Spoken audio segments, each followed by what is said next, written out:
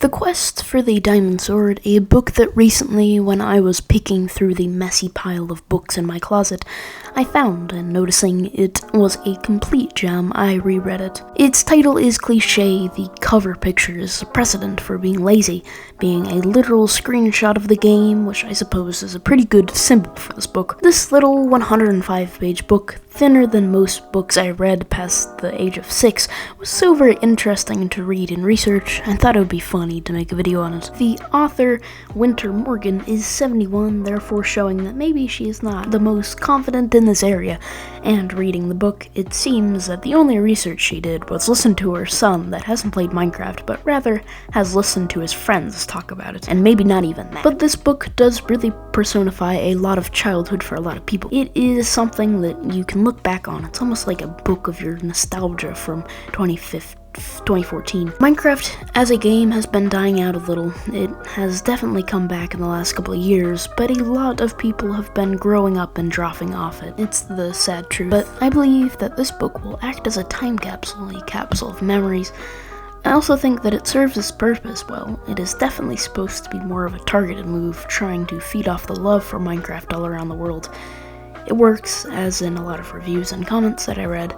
They were either a parent talking about how it got her 8-year-old to read for the first time in 6 months, or it was that 8-year-old themselves talking about how much they love Minecraft, or that book. The author probably did pretty well, as they wrote about, 51 other books about Minecraft. Winter Morgan is obviously a pseudonym, as she has apparently written other books, not just for children, but for adults too, yes. But the book itself, what about it?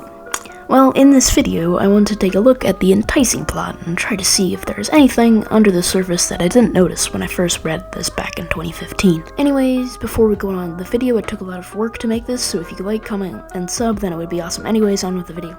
The Quest for the Diamond Sword. Oh, yes. Our heroic, amazing, and dynamic protagonist that you will get to know and love in the upcoming pages is Steve. Well, cut out the heroic, amazing, and dynamic stuff, and you got him. The author cites that he lives on a wheat farm, then lifts everything off that he does on the so-called wheat farm, and none of it is wheat farming. Carrots? Yep, we got him. Potatoes? Oh yeah. Well, anyways, thanks for coming to my wheat farm. But what about the wheat? What'd I say? He goes to a village to get some new iron armor. When traveling back to his house, he realizes that monsters are trying to kill his friends. Two things that I would like to point out in this scene, this fight scene, is A, it says that a creeper blew up and broke all the torches in the village, but how did he do that? It says that it only left one shallow hole, and what about the others? Did a blast wave just only destroy torches and fire? And B, it says that his legs were unarmored. He just went into the village to get iron armor. Why doesn't he have pants on then? Did he just take them off? So after a lot of Stevie Boy running away and getting all of his friends killed that we have no attachment to because we met them 14 seconds ago, he runs into a Nether portal and escapes to the Nether. He meets another character when he's mindlessly muttering to himself like a deranged maniac named Jack. Like seriously, this dude is just talking all about the zombies he wants to slay and how he just wants to get revenge, and Jack, he's just cool with him, he just wants to vibe, So Jack kinda tries to rob him and then falls into a pit of lava, luckily for old Steve. Of course, Steve is fine with that too. He's fine with the dude just dying in front of him. He's just sad they didn't get the diamond sword, being the complex and dynamic character that he is. He then goes to the Nether fortress, fights some blazes. The book stumbles around a little bit. He goes back to the overworld. We meet 3 other characters, Max, Lucy, and Henry, some of the most original names ever, a continuing theme throughout the book's duration.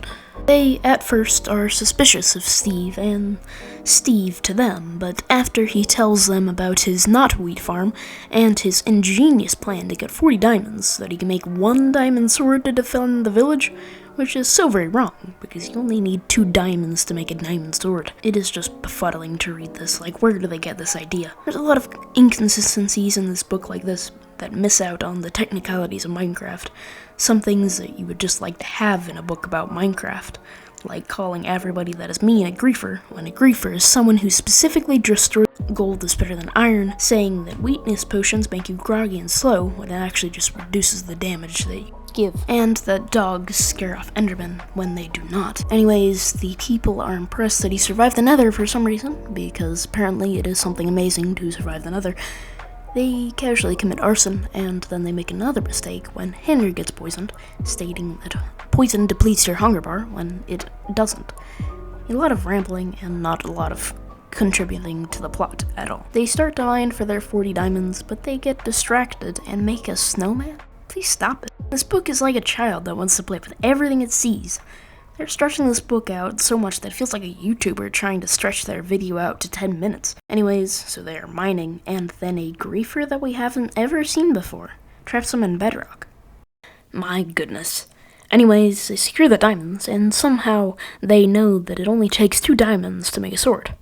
It's almost like her kid came in and told her that it only takes 2 diamonds, but she forgot to change it when editing or something. They tried really hard to get an awesome, powerful sword by enchanting it, which they repeat so many times, all I could hear in my dreams after reading that chapter was, awesome, powerful sword, awesome, powerful sword. It was like a chorus of awesome, powerful swords. They go to the end.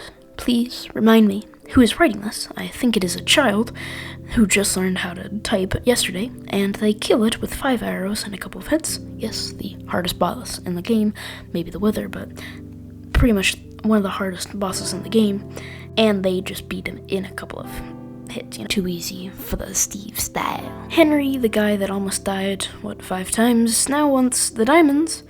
The 4th or so mugging that has occurred in this book. The bestest of friends that almost just tried to rob each other, talk about the value of friendship and teamwork in their Disney Channel-like discussion. Then they defeat the big old bad zombies, yes, the massive battle that the whole book has been leading up to, in a page.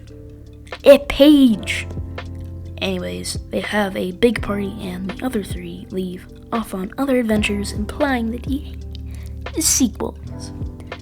In conclusion, this book is sadly abhorrent, and I never want to read it again. But I do think that it serves its purpose, and I don't think it is supposed to be for me, like a plot-crazy, attentive person that is judging it for every mistake that it makes. And I think it is more marketed to be an easy read with your kids or for your kids. And in that respect, it isn't half bad. This book isn't supposed to be a complicated book with complicated characters or an interesting plot. It's just supposed to be something that in 4th grade you would get from the library, read it, and then put it back and not really care about it. I think it is supposed to be a lot like some of the other video game type books, like the Minecraft guides or the Fortnite guides or something like that. So does that make it obsolete that I made this video a complete waste of my time and your time? I guess it does. Well, anyways, that's the end of the video. In no way am I trying to hate on this book. I enjoyed reading it, honestly, and I think, of course, that anybody wants to read it, they can read it. I'm not trashing on the author or anything. And I don't think that it's supposed to be geared towards me. Sub, like, comment, and see ya.